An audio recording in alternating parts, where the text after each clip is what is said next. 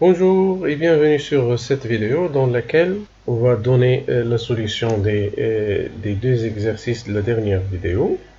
Donc le premier exercice était écrire un programme en Python qui permet, bien qui demande un nombre de départ et qui ensuite affiche les 10 nombres précédents. Dans la dernière vidéo, on a vu comment peut-on donner un nombre de départ et qui ensuite affiche les 10 nombres suivants. Mais dans cette question, on va juste modifier un peu sur le code. Donc je refais le code de la vidéo précédente. Donc on a utilisé une variable a égale int input, comme ça. Ensuite, on a utilisé bien sûr le compteur i. Donc i commence de a plus 1. Et puis la boucle while i inférieur ou égal à a plus 10. Voilà, comme ça, pour afficher les valeurs donc de a plus 1 jusqu'à a plus 10. Donc on a donné l'exemple de 5 pour afficher les nombres de 6 à 15. Voilà, donc là on va afficher bien sûr la valeur de i et bien sûr l'incrémentation de i. Voilà, comme ça. Donc l'exécution de ce code, donc la machine va demander un nombre. Je vais donner par exemple 5. Voilà. On va voir donc qu'est-ce qu'elle a affiché. Donc de 6 à 15, ça veut dire les 10 nombres suivants. Les 10 nombres suivants. Je vais choisir un autre nombre, par exemple 2 ou bien 20.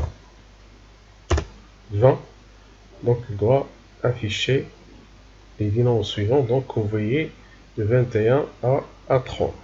Voilà. Donc ce code permet donc d'afficher les 10 nombres suivants, hein, un nombre entré par l'utilisateur. Maintenant, ce qui est demandé dans cette question, c'est d'afficher les 10 nombres précédents.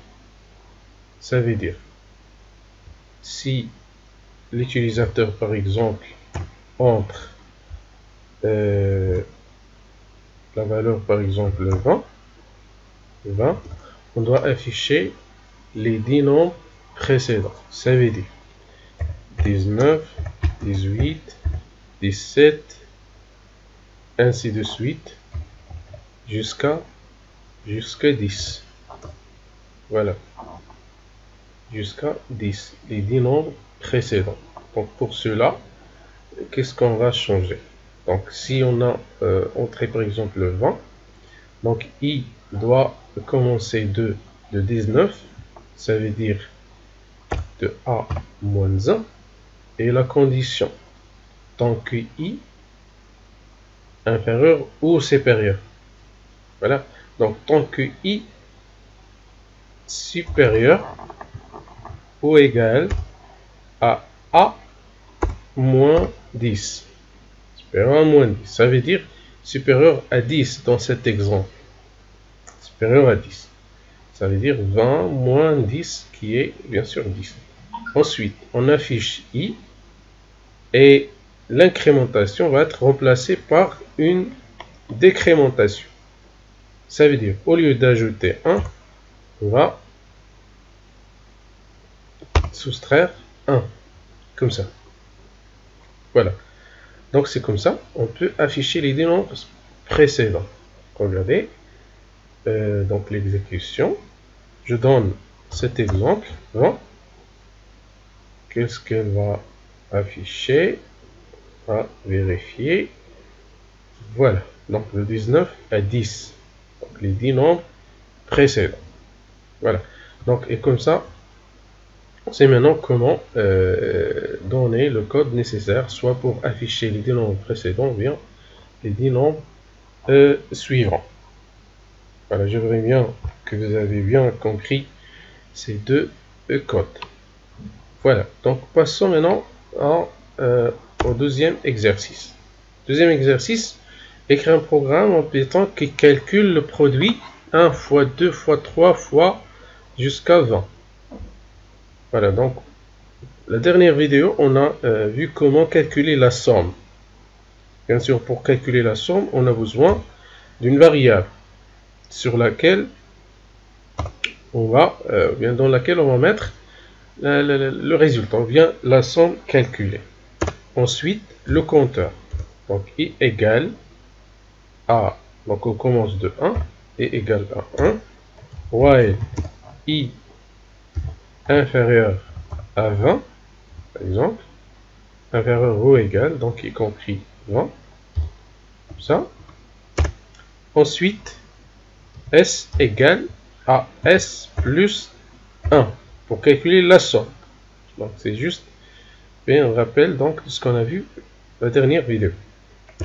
Ensuite, on incrémente i. Voilà. Et lorsqu'on sort la boucle, on affiche la somme. Afficher S. Voilà. Et comme ça, donc la machine va calculer la somme des nombres de 1 à 20. Oups, je me suis trompé. Donc là, je ne dois pas mettre 1, mais on doit ajouter i. Voilà la valeur de i. Et comme ça, on a donc le résultat des nombres de 1 plus 2 plus 3 plus jusqu'à 20. Voilà, donc la somme est 210.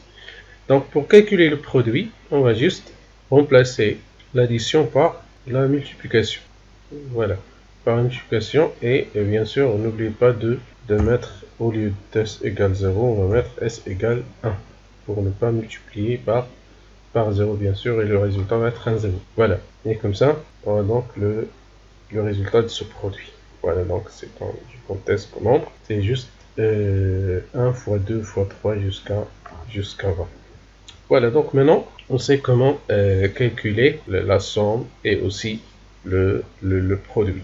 Bien sûr, vous pouvez utiliser des conditions à l'intérieur des boucles. Donc, soit pour calculer juste les nombres impairs, les nombres pairs, calculer juste les multiples de 3, ainsi de suite. Par exemple, ici, lorsqu'on veut calculer le produit des multiples de 3, inférieur à 20. Donc là, au lieu de mettre directement s égale à s fois i, on doit mettre une condition. If i mod 3 égale 0. Comme ça, voilà, on calcule le produit. Ça veut dire on va multiplier juste les multiples de 3. Donc on aura 3 fois 6 fois 9 fois 12 fois 15 fois 18. Voilà, et le résultat va être bien sûr ce nombre. Très bien, donc c'est donc la fin de cette partie. On va donner la solution de ces deux derniers exercices. Maintenant, on va passer à une autre partie concerne les listes en Python. Qu'est-ce qu'on désigne par une liste? Donc, par exemple, lorsqu'on écrit A égale à A5, B égale par exemple à caractère par exemple A, nom égale par exemple comme ça, voilà. Donc A et B et nom sont des variables. Et une variable ne peut contenir qu'une seule valeur. Donc les listes en Python sont des structures. Donc une structure de données, ça veut dire une structure qui peut contenir plusieurs valeurs. Plusieurs valeurs, ça veut dire on peut mettre dans une liste des nombres entiers, on peut mettre des caractères, on peut mettre des chaînes de caractères, ainsi de suite. Donc, je donne des exemples. Je mets L comme nom de cette première liste. Et pour déclarer une liste, on doit utiliser les crochets comme ça. Voilà. Ça, c'est la déclaration d'une liste vide. J'utilise une deuxième variable L2, par exemple. L2 égale, et je mets des valeurs. Par exemple, 1,2,3,5, 6, 7, 8 et 9. Bien sûr, il faut séparer entre les valeurs d'une liste par des virgules. Donc, c'est une liste des nombres. Voilà. Donc, L3 une liste de caractères. Donc pour utiliser les caractères, on doit bien sûr les mettre entre cotes ou bien entre double cotes. Voilà, comme ça, A, B, C, ainsi de suite. Même on peut utiliser une liste de chaînes de caractères. Par exemple, je mets programme, Python, informatique. Donc ce sont des chaînes de caractères. Donc il faut les mettre entre double cotes et bien sûr séparés par des virgules. Donc maintenant j'ai créé 4 listes. La première liste est vide, la deuxième contient des nombres, la troisième des caractères et la dernière contient des chaînes de caractères. Même on peut mélanger donc les valeurs d'une liste. On peut mettre par exemple des nombres comme ça, des caractères et aussi des chaînes de caractères. Donc ça aussi valide. Donc on peut utiliser une liste qui peut contenir donc ces types différents de valeurs. Bien sûr, les listes ont des fonctions. Des fonctions de comment remplir une liste, comment supprimer un élément d'une liste, comment ajouter un élément, comment vider une liste, comment aussi trier les éléments d'une liste, ainsi de suite. Donc, dans cette première partie, on va voir juste les fonctions basiques d'une liste. Voilà. Donc maintenant, je vous donne un exemple d'affichage des nombres entiers. J'utilise la boucle for i in range, par exemple 0 à 10. Voilà. Et j'affiche la valeur de i. Bien sûr, ça c'est simple. Donc vous allez me dire que cette boucle, ou bien ce code, va afficher bien sûr les nombres de 0 à 9.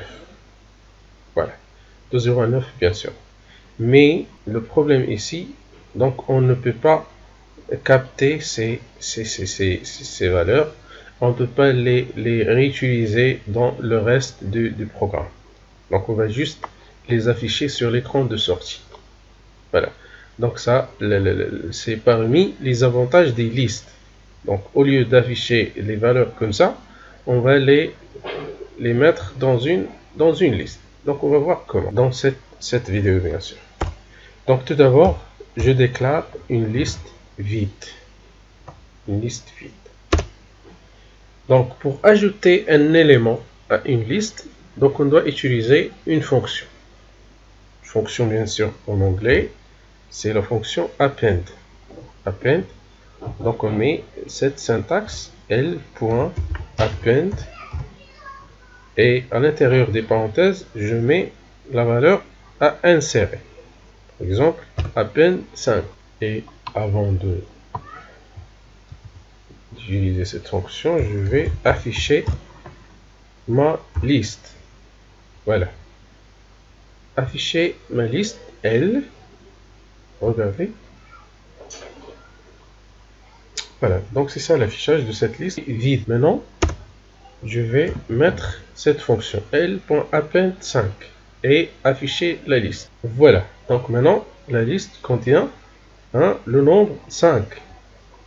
Si j'ajoute un autre élément, par exemple 6, regardez, voilà, donc ma liste maintenant contient 2 éléments. Voilà, la liste contient 2 éléments. Et la fonction append permet d'ajouter toujours un élément à la fin de la liste. Ajouter toujours à la fin. Ça veut dire, si j'ajoute un troisième élément, par exemple 10, donc 10 va être inséré à la fin. Ça veut dire après 6, comme ça. Voilà. Donc append permet d'ajouter un élément à la fin de la liste. Et bien sûr, on a une autre fonction, la fonction insert. Donc on met L.insert. Mais entre parenthèses, on doit mettre 2 arguments. La valeur à insérer et la position. Insert permet non seulement d'insérer à la tête ou bien au début de la liste, mais à n'importe quelle position. Mais append permet seulement d'ajouter à la fin. Par exemple, ici, je mets 0 et 3 et j'affiche ma liste. Regardez le résultat. Voilà, le résultat c'est 3, 5, 6, 10. Ça veut dire que 3 a été inséré au début. Comment au début? Donc sur l'index 0. Donc 0 représente l'index de l'élément et 3 représente la valeur de cet élément. Bien sûr, les index d'une liste commencent de 0. Donc 3 sur l'index 0, 5 sur l'index 1, 6 l'index 2, 10 l'index 3. Voilà. Bien sûr, on peut afficher les éléments d'une liste à partir de leurs index. Donc ici, au lieu de mettre print L pour afficher toute la liste, on peut afficher juste les éléments. Donc comment ça? On va mettre for i in L. Comme ça. For i in L. Ça permet d'afficher les éléments de la liste directement. On va juste mettre print i. Donc i représente les éléments de la liste. Ça veut dire 3, 5, 10. 5, 6, 10. Donc regardez le résultat. Voilà. Donc 3, 5, 6, 10. On a affiché juste les éléments.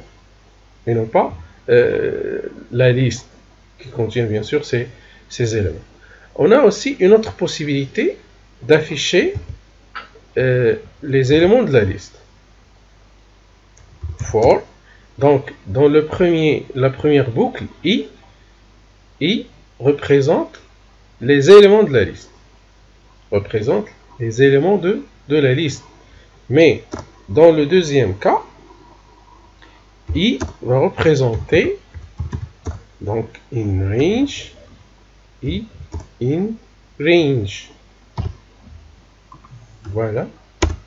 Et là, je vais mettre print. Donc, qu'est-ce qu'on va mettre entre ces deux parenthèses?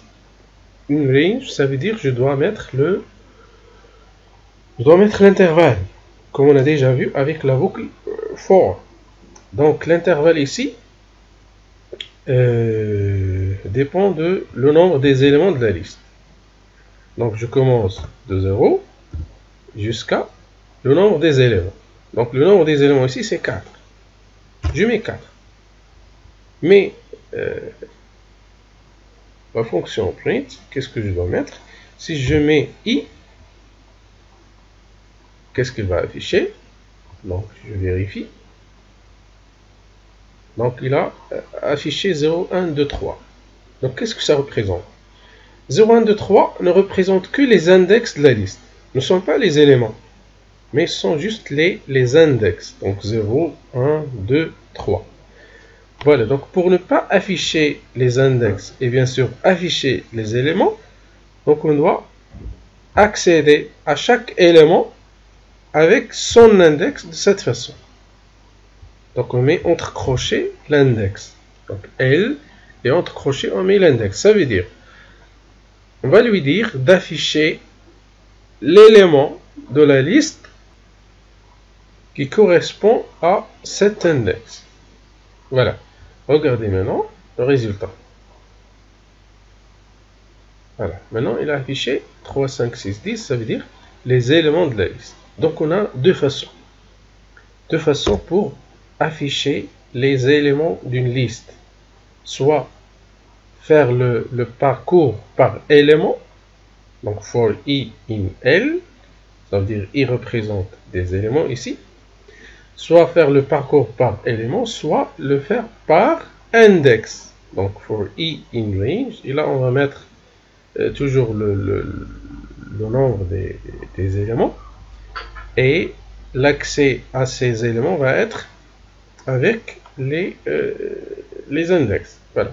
Et là, au lieu de mettre 4, on peut calculer la longueur de la liste.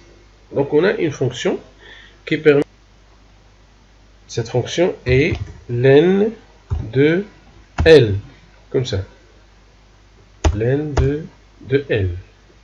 Voilà. Donc len de L va mettre directement la longueur sans donc le calculer par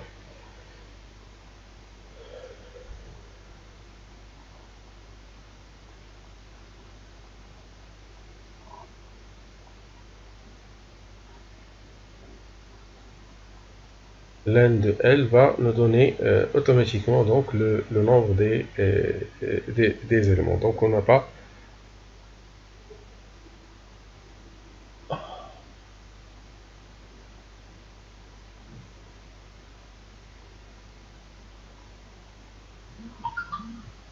pas la peine de calculer donc c'est ce nombre d'éléments. Voilà. Donc comme ça, on a vu comment afficher les éléments d'une liste, bien sûr. Ok. Donc on a vu jusqu'à maintenant deux fonctions. La première pour ajouter à la fin et la fonction insert pour ajouter à une certaine position dans la liste. Donc soit au début, soit au milieu, soit à la fin aussi. Donc pour ajouter un élément au milieu, je mets par exemple 2 par exemple au lieu de 0. Donc 3 va être inséré à la deuxième position. Ou bien à la troisième position plutôt. Puisque la première 0, la deuxième 1, la troisième 2. Donc à la troisième position. Regardez donc le résultat. Voilà, regardez 3 sur la troisième position. Donc 5, 6, 3.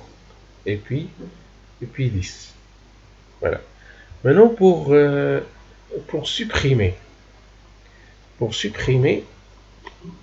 les éléments, ou bien un élément d'une liste. Donc je laisse l'affichage de la liste, juste pour comparer. Donc ça permet d'afficher bien sûr la liste. Ensuite, on va supprimer un élément. Bien sûr, pour la suppression, on a aussi deux méthodes, ou bien deux fonctions. La première fonction permet de supprimer l'élément. Supprimer un élément à partir de sa valeur. Donc cette fonction est la fonction remove. Remove et on donne l'élément à supprimer. Par exemple, je donne 6. Je vérifie. Donc, print L. Donc je mets print deux fois. Donc la première avant de supprimer 6 et la deuxième après la suppression de 6. Juste pour vérifier est-ce qu'on a supprimé bien la valeur 6. Regardez. Donc on aura deux listes. La première avant la suppression et la deuxième après la suppression. Donc la fonction remove permet de supprimer un élément à partir de sa valeur. On donne la valeur de l'élément à supprimer. La deuxième, c'est la fonction pop. Comme ça. La deuxième fonction permet de supprimer un élément à partir de son index. Donc lorsque je mets par exemple L.pop0, ça va permettre de supprimer le premier élément, puisqu'on a utilisé l'index 0. L'index 0 correspond au premier élément. Donc on va vérifier. Regardez. Voilà, qu'est-ce qu'on a supprimé? Donc ça c'est la première liste avant la suppression. Et la deuxième. Donc on a supprimé le premier élément qui est 5. On a supprimé le 5. Le premier élément. Donc avec l'index 0. Si je mets par exemple 2. Ou bien je mets moins 1. Oh, moins 1. Moins 1 c'est un index, oui. Oui, bien sûr. Donc, moins 1, c'est l'index correspond au dernier élément. Toujours, donc pour une liste, moins 1 représente l'index du dernier élément. Par exemple, ici, on a cette liste 5, 6, 3, 10. Donc, 5 correspond à l'index 0, 6, index 1, 3, index 2, 10, index 3. Et aussi 10 représente l'index moins 1, 3, l'index moins 2, 6, moins 3, 5, moins 4, ainsi de suite. Donc les index peuvent être positifs comme peuvent être aussi négatifs. Donc moins 1 en général, moins 1 représente l'index du dernier élément. Donc lorsqu'on dit L.pop moins 1, ça veut dire elle va supprimer le dernier élément. Ça veut dire supprimer le 10. Voilà. Regardez. Voilà. Très bien. Donc ça, c'est la première liste, la liste initiale. Et on a donc supprimé, bien sûr, le dernier élément à partir de son index moins 1. Bien sûr, on a des autres fonctions. Je vais laisser les autres fonctions donc pour la prochaine partie. Maintenant, quelques utilisations. Par exemple, je peux utiliser une liste qui contient les notes, par exemple, d'un élève, et puis calculer sa moyenne. Par exemple, un élève qui a 10 notes, par exemple, dans les différentes matières. Donc, 10 notes, on peut calculer la moyenne à partir de ces 10 notes en utilisant une liste. Bien sûr, on peut les calculer sans utiliser la notion de liste. Mais ce n'est pas pratique, bien sûr. Donc, on peut mettre n1 égale int input, comme ça. C'est la première note.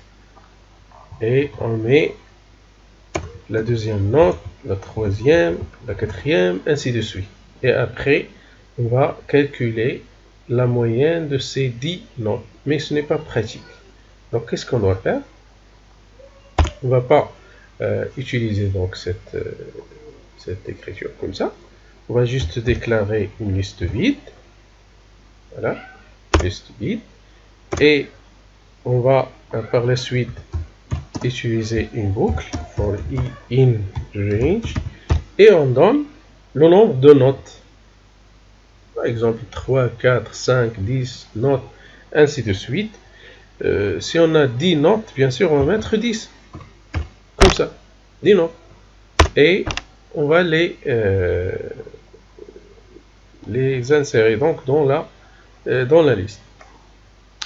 Par exemple, je déclare n comme variable égale int input. Comme ça. Donc à chaque fois, la machine va demander l'entrée d'une note. Et qu'est-ce qu'elle va faire par la suite? Elle va l'ajouter à la liste avec la fonction append. Comme ça. Donc je vais entrer, à chaque fois que je vais entrer donc une note, elle va l'insérer donc à la fin de la liste. Combien de fois? 10 fois bien sûr. Donc pour ne pas prendre plus de temps, je vais juste mettre 5 par exemple, 5 notes. Et à la fin, donc lorsque notre liste contient donc les 5 notes, on peut afficher comme ça, L, et comme on peut aussi calculer la moyenne de la liste. Bien sûr, pour calculer la moyenne, on doit tout d'abord calculer la somme. Donc, je vais exécuter tout d'abord ce code pour vérifier. Donc, la machine va demander la première note. Je vais mettre par exemple 15. Ah oui, j'ai oublié de mettre ici n. Donc, on doit ajouter donc cette valeur entrée par l'utilisateur à la liste. Encore une fois, exécution, je mets 15, 20, 14, 17, 18. Voilà, donc c'est ça. Voilà donc notre liste. Donc il nous reste à calculer la moyenne. Pour calculer la moyenne, on doit calculer la somme. La somme, de la même façon qu'on a utilisé pour calculer la somme des nombres. 1 plus 2 plus 3 plus ainsi de suite. Donc je vais déclarer la valeur, bien la variable SA initialisée à 0. Et puis la boucle for j par exemple, in range. Donc on a combien de notes? 5. Voilà. Et je mets s égale s plus.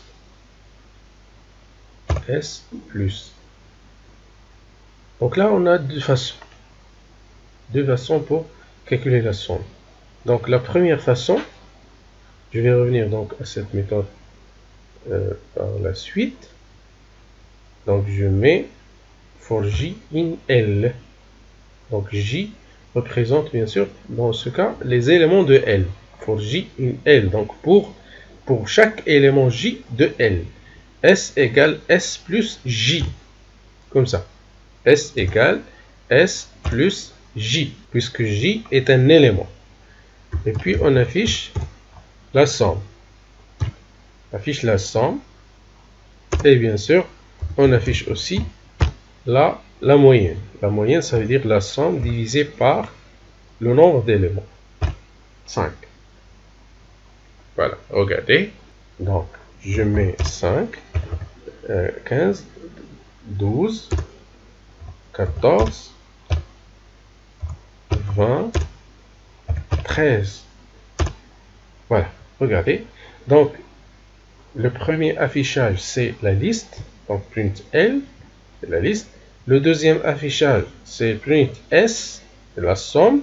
Le troisième affichage est la moyenne, S sur 5. Et comme ça, donc, on a calculé la moyenne. Bien sûr, la deuxième façon donc, de calculer la somme, c'est au lieu de mettre J comme élément, donc on va mettre une range len de L, donc la longueur de L. La longueur de L, ça veut dire 5. Donc J va représenter dans ce cas les index. Donc là, on doit mettre, au lieu de S égale S plus J, donc J représente un index, mais là, on ne doit pas calculer la somme des index. Donc on veut calculer la somme des notes, la somme des éléments de la liste. Donc on doit accéder à ces éléments, donc de la même façon que tout à l'heure, donc mettre les crochets, comme ça. Donc S égale S plus L de J. Et ça va donner bien sûr le même résultat. 12, 14, 15, 16, 10. Voilà. Donc 12, 14, 15, 16, 10. Et puis la somme. Voilà, print S. Et là, la moyenne bien sûr. S divisé par 5.